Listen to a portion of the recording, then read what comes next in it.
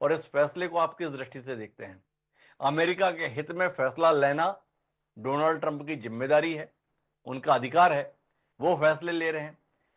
इस रूप में से देखें, या भारत के साथ में कुछ विशेष रिश्ते हैं उनके, जिसके तहत वो ये ऐसे फैसले ले रहे हैं।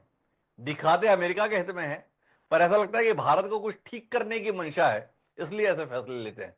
सज्जन साहब। जी बहुत धन्यवाद हिमांशु जी, मुझे आमंत्रित करने के लिए। और मुझे बहुत ही हमेशा अच्छा लगता है जब आप बुलाते हैं, आपके साथ बातचीत करने का मौका मिलता है। और आज भी मुझे ऐसा ही महसूस हो रहा है, आपके सानिध्य में थोड़ा समय बिताने का बहुत ही मुझे खुशी हो रही है इसमें। और ये जो विषय आपने चुना है बहुत ही महत्वपूर्ण विषय है। और मैं आपको एक तो बधाई देना चाहूंगा, क्योंकि आपका जो शुरू का इंट्रोडक्शन है बहुत ही जी साहब। छोटा है, परंतु बिल्कुल कॉम्प्रिहेंसिव है, जिसे कहा जाए सभी कुछ अपने में समेटे हुए है।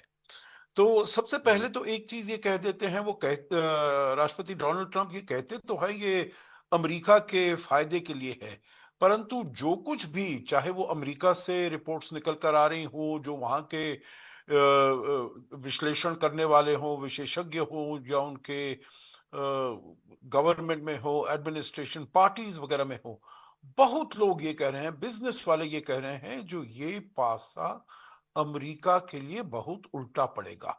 ये उन्होंने सेल्फ गोल किया है। जैसे एक एक्सप्रेशन है अंग्रेजी में, he has shot himself in जी। The foot. मतलब टैरिफ से भी उन्होंने वही किया था, इससे तो उन्होंने और ज्यादा किया है।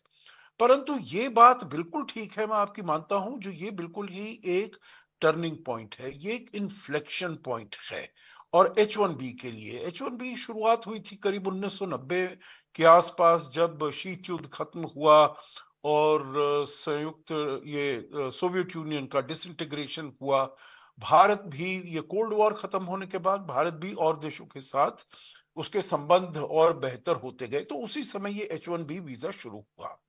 तो जो आपने कहा है भारत के लिए उसका क्या मायने है, ये जो उन्होंने निर्णय लिया है, तो मैं समझता हूं दो तीन जगह पर, दो तीन सतह पर, लेवल्स पर इसको देखा जा सकता है।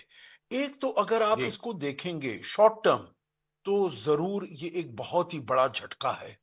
जो भी वहां पर हमारे यहाँ पर पढ़ रहे हैं, और जो चाहते हैं जो वहां पर जाएं, काम करें, उनको अपना प्रोफेशनल एक्सपीरियंस मिले, प्रोफेशनल ट्रेनिंग मिले, और साथ साथ अच्छी नौकरियां मिले, एक अच्छा स्टैंडर्ड ऑफ लिविंग मिले, उसके लिए वो वहां पर जाते हैं। तो उनकी जो आशाएं हैं, अपेक्षाएं हैं, उसके ऊपर बहुत ही बड़ा बड़ा ये आघात हुआ है।